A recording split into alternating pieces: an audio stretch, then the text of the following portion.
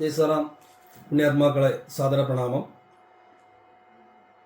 അധ്യാത്മരാമായണം പാരായണം ചെയ്ത് ആത്മാരാമ പദവി ആർജിച്ച സിദ്ധസന്യാസിവര്യനാണ് ബ്രഹ്മശ്രീ നീലകണ്ഠ ഗുരുപാദർ. ആ മഹാഗുരുവിൻ്റെ പദകമലങ്ങളെ സേവിച്ചുകൊണ്ട് അധ്യാത്മരാമായണത്തെ സമാജത്തിലേക്ക് പ്രചരിപ്പിക്കുന്നതിന് വേണ്ടി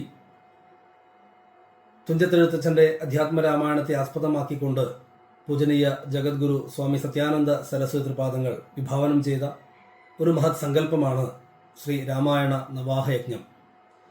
തുഞ്ചത്ത് എഴുത്തച്ഛൻ്റെ അധ്യാത്മരാമായണത്തെ പിൻപറ്റിക്കൊണ്ട് 9 പകലുകളായി രാമായണത്തെ പാരായണം ചെയ്ത് അതിൻ്റെ തത്വത്തെ സമാജത്തിലേക്ക് പ്രചരിപ്പിക്കുന്നതിന് വേണ്ടിയിട്ടുള്ള പ്രഭാഷണങ്ങൾ സംഘടിപ്പിച്ചുകൊണ്ട് ഒരു മഹത്തരമായിട്ടുള്ള യജ്ഞം എന്ന രീതിയിലാണ് രാമായണ നവാഹയജ്ഞത്തെ സ്വാമിജി തൃപാദങ്ങൾ വിഭാവനം ചെയ്തിട്ടുള്ളത്. ചെറുകോട് ആഞ്ജനേയാശ്രമത്തിൻ്റെ 4ാമത് വാർഷികത്തോടനുബന്ധിച്ച് ഈ വർഷം 2025 ഏപ്രിൽ മാസം 9-ാം തീയതി മുതൽ 17-ാം തീയതി വരെയുള്ള 9 പകലുകളിൽ അധ്യാത്മരാമായണത്തെ നവാഹയജ്ഞമായിട്ട് ആ ഗുരുസവിധത്തിൽ സമർപ്പിക്കുവാൻ വേണ്ടി തീരുമാനിച്ചിരിക്കുകയാണ്. തദവസരത്തിൽ എല്ലാ ഭക്തജനങ്ങളെയും ഈ രാമായണ നവാഹയജ്ഞത്തിൻ്റെ കാര്യക്രമങ്ങളിലേക്കുള്ള ശ്രദ്ധ വരുത്തുക എന്നതിന് വേണ്ടിയിട്ടാണ് ഈ ഒരു സന്ദേശം നിങ്ങളിലേക്ക് എത്തിക്കുന്നത്. 2025 ഏപ്രിൽ മാസം 9-ാം തീയതിയാണ് ഈ വർഷത്തെ രാമായണ നവാഹയജ്ഞം ആരംഭിക്കുന്നത്. നവാഹയജ്ഞത്തിൻ്റെ 1-ാം ദിവസം അധ്യാത്മരാമായണത്തിൻ്റെ ഉപക്രമം മുതൽ അഹല്യാസ്തുതി വരെയുള്ള ഭാഗമാണ് പാരായണം ചെയ്ത് പ്രഭാഷണം ചെയ്യുന്നത്. അന്നേ ദിവസം ഉമാമഹേശ്വര സംവാദവും അതുപോലെ തന്നെ പുത്രകാമേഷ്ടി യാഗവുമെല്ലാം രാമായണത്തിൽ പ്രതിപാദിക്കുന്നതുകൊണ്ട് അന്നേ ദിവസം ഭക്തജനങ്ങൾക്ക് ഉമാമഹേശ്വര പൂജയും സന്താന ഗോപാല ഹോമവും നവഗ്രഹ ഹോമവുമെല്ലാം ചെയ്യാനുള്ള സംവിധാനവും ഈ യജ്ഞത്തോടൊപ്പം തന്നെ ഉണ്ടായിരിക്കും. അതുപോലെ തന്നെ നവാഹയജ്ഞത്തിൻ്റെ 2-ാം ദിവസമായ ഏപ്രിൽ മാസം 10-ാം തീയതി മിഥിലാപുര ഗമനം മുതൽ ലക്ഷ്മണ സാന്ത്വനം വരെയുള്ള ഭാഗമാണ് പാരായണം ചെയ്യുന്നത്. അന്നേ ദിവസം സീതാ സ്വയംവരം തുടങ്ങിയിട്ടുള്ള ഭാഗങ്ങൾ പ്രതിപാദിക്കുന്നതുകൊണ്ട് പുടവ പൂജ, സ്വയംവര ഹോമം തുടങ്ങിയിട്ടുള്ള അതുപോലെ വിഘ്ന നിവാരണ ഹോമം തുടങ്ങിയിട്ടുള്ള പൂജാതി കർമ്മങ്ങളിലും ഭക്തജനങ്ങൾക്ക് പങ്കെടുക്കുവാൻ വേണ്ടി സാധിക്കും. രാമായണ നവാഹയജ്ഞത്തിൻ്റെ 3-ാം ദിവസമായ ഏപ്രിൽ മാസം 11-ാം തീയതി കൗസല്യ സാന്ത്വനം മുതൽ ഭരതൻ്റെ ചിത്രകൂടാഗമനം വരെയുള്ള ഭാഗമാണ് പാരായണ വിഷയം. അന്നേ ദിവസം ലക്ഷ്മണ ഉപദേശവും അതുപോലെ തന്നെ ദശരഥൻ്റെ ചരമഗതിയും സംസ്കാരകർമ്മവുമെല്ലാം ഉൾപ്പെടുന്ന ഭാഗമാണ് പ്രതിപാദിക്കുന്നത്. ആയതിനാൽ തന്നെ വിദ്യാഗോപാല മന്ത്രാർച്ചന, വിദ്യാർത്ഥികൾക്ക് വേണ്ടിയിട്ടുള്ള വിദ്യാഗോപാല മന്ത്രാർച്ചന, അതുപോലെ പിതൃസങ്കല്പത്തിൽ നടത്തുന്ന തിലഹവനം, ഐകമത്യഹവനം തുടങ്ങിയിട്ടുള്ള പൂജാതി കർമ്മങ്ങളിലും ഭക്തജനങ്ങൾക്ക് പങ്കെടുക്കുവാൻ വേണ്ടി സാധിക്കും. രാമായണ നവാഹയജ്ഞത്തിൻ്റെ 4-ാം ദിവസമായ ഏപ്രിൽ മാസം 12-ാം തീയതി പൗർണമിയും വിശേഷിച്ച് ഹനുമത് ജയന്തിയും കൂടെ സമന്വയിക്കുന്ന ദിവസമാണ്. അന്നേ ദിവസം അയോധ്യയിലേക്ക് ഭരതൻ രാമനെ ക്ഷണിക്കുന്നത് മുതൽ ശബരി മോക്ഷം വരെയുള്ള ഭാഗമാണ് പാരായണം നടത്തുന്നത്. ആയതിനാൽ തന്നെ അന്ന് വിശേഷിച്ച് ഹനുമത് ജയന്തി കൂടെ ആയതിനാൽ അന്നേ ദിവസം രാവിലെ 10:30 മണിക്ക് ഭഗവാന്റെ സന്നിധിയിൽ എല്ലാ ഭക്തജനങ്ങൾക്കും ഹനുമത് പൊങ്കാല അർപ്പിക്കുവാനുള്ള അവസരമുണ്ട്. അന്നേ ദിവസം അഷ്ടദ്രവ്യ മഹാഗണപതി ഹോമവും മഹാസുദർശന ഹോമം, മഹാലക്ഷ്മി പൂജ, പൗർണമി പൂജ, ഭഗവതി പൂജ, ശ്രീരാമ പട്ടാഭിഷേകം എന്നീ ചടങ്ങുകൾ നടക്കും. ഹനുമത് ജയന്തി ദിനമായതിനാൽ അന്നേ ദിവസം രാവിലെ മുതൽ പിറ്റേ ദിവസം രാവിലെ വരെ അഹോരാത്ര രാമായണ പാരായണവും 13-ാം തീയതി പുലർച്ചയ്ക്ക് 4 മണിക്ക് ശ്രീരാമ പട്ടാഭിഷേകവും ഉണ്ടായിരിക്കും. ഈ എല്ലാ ചടങ്ങുകളിലും ഭക്തജനങ്ങൾക്ക് നേരിട്ട് പങ്കെടുക്കുവാനും ഹോമാദി കാര്യങ്ങളിൽ ഹവിസർപ്പിക്കുവാനുമുള്ള സൗകര്യം ആശ്രമത്തിൽ ഉണ്ടായിരിക്കും. രാമായണ നവാഹയജ്ഞത്തിൻ്റെ 5-ാം ദിവസമായ ഏപ്രിൽ മാസം 13-ാം തീയതി ഞായറാഴ്ച പമ്പാദർശനം മുതൽ സീതാദർശനം വരെയുള്ള ഭാഗമാണ് പാരായണ വിഷയം. അന്ന് ഹനുമാൻ സ്വാമി സമുദ്ര ലംഘനം നടത്തുന്ന ഭാഗമെല്ലാം പ്രതിപാദിക്കുന്നു.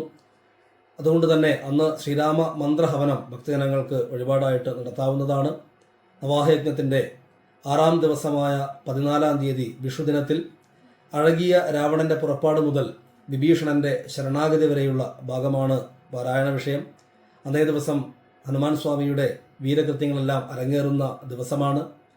ലങ്കാദഹനവും ലങ്കാമർദ്ദനവുമെല്ലാം അന്നേ ദിവസം പാരായണ വിഷയമാണ്. ആയതിനാൽ തന്നെ അന്നേ ദിവസം ഹനുമത് മന്ത്രഹവനവും വീര ഹനുമത് പൂജയും ഭക്തജനങ്ങൾക്ക് നേരിട്ട് യാഗശാലയിൽ നടത്താവുന്നതാണ്.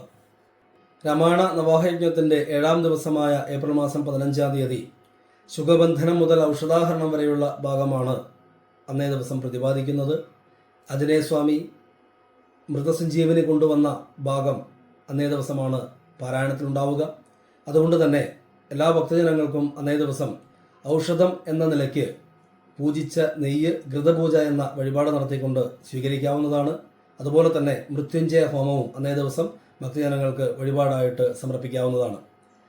രാമായണ നവാഹയജ്ഞത്തിൻ്റെ 8ാം ദിവസമായ ഏപ്രിൽ മാസം 16-ാം തീയതി മേഘനാഥ വധം മുതൽ അയോധ്യ പ്രവേശം വരെയുള്ള ഭാഗമാണ് പ്രതിപാദിക്കുന്നത്. അന്നേ ദിവസമാണ് രാവണ വധം പാരായണം ചെയ്യുന്നത്. അതുകൊണ്ട് തന്നെ ശ്രീസൂക്തം, ഭാഗ്യസൂക്തം, പുരുഷസൂക്തം, ആദിത്യ ഹൃദയം എന്നീ മന്ത്രങ്ങൾ കൊണ്ടുള്ള പൂജകളും ഹോമങ്ങളും ഭക്തജനങ്ങൾക്ക് അന്നേ ദിവസം വഴിപാടായിട്ട് സമർപ്പിക്കാവുന്നതാണ്. രാമായണ നവാഹയജ്ഞത്തിൻ്റെ 9ാം ദിവസവും സമാപന ദിവസവുമായ ഏപ്രിൽ മാസം 17-ാം തീയതി ശ്രീരാമ പട്ടാഭിഷേകവും ഫലശ്രുതിയുമാണ് അന്നേ ദിവസം പാരായണം ചെയ്യുന്നത്. രാവിലെ 9 മണിയോട് കൂടിയിട്ട് ശ്രീരാമ പട്ടാഭിഷേകം, ശ്രീരാമ രാജ്യാഭിഷേകം യാഗശാലയിൽ നടക്കും. രാജ്യാഭിഷേകത്തിന് ശേഷം വനരാദികൾക്കുള്ള അനുഗ്രഹം തുടങ്ങിയിട്ടുള്ള ഭാഗങ്ങൾ പാരായണം ചെയ്യും. അതുപോലെ തന്നെ ശ്രീരാമൻ്റെ രാജ്യ ഭാരഫലവും രാമായണത്തിൻ്റെ ഫലശ്രുതിയുമെല്ലാം അന്നേ ദിവസം 10 മണിയോട് കൂടിയിട്ട് സമർപ്പിക്കും. ഭക്തജനങ്ങൾക്ക് ശ്രീരാമചന്ദ്ര ഭഗവാന് ഭക്തജനങ്ങൾക്ക് അഭിഷേകം നടത്തുവാനുള്ള സൗകര്യം അന്നേ ദിവസം രാവിലെ ഉണ്ടായിരിക്കും. തുടർന്ന് ഉച്ചയ്ക്ക് അമൃതഭോജനം ഉണ്ടായിരിക്കും.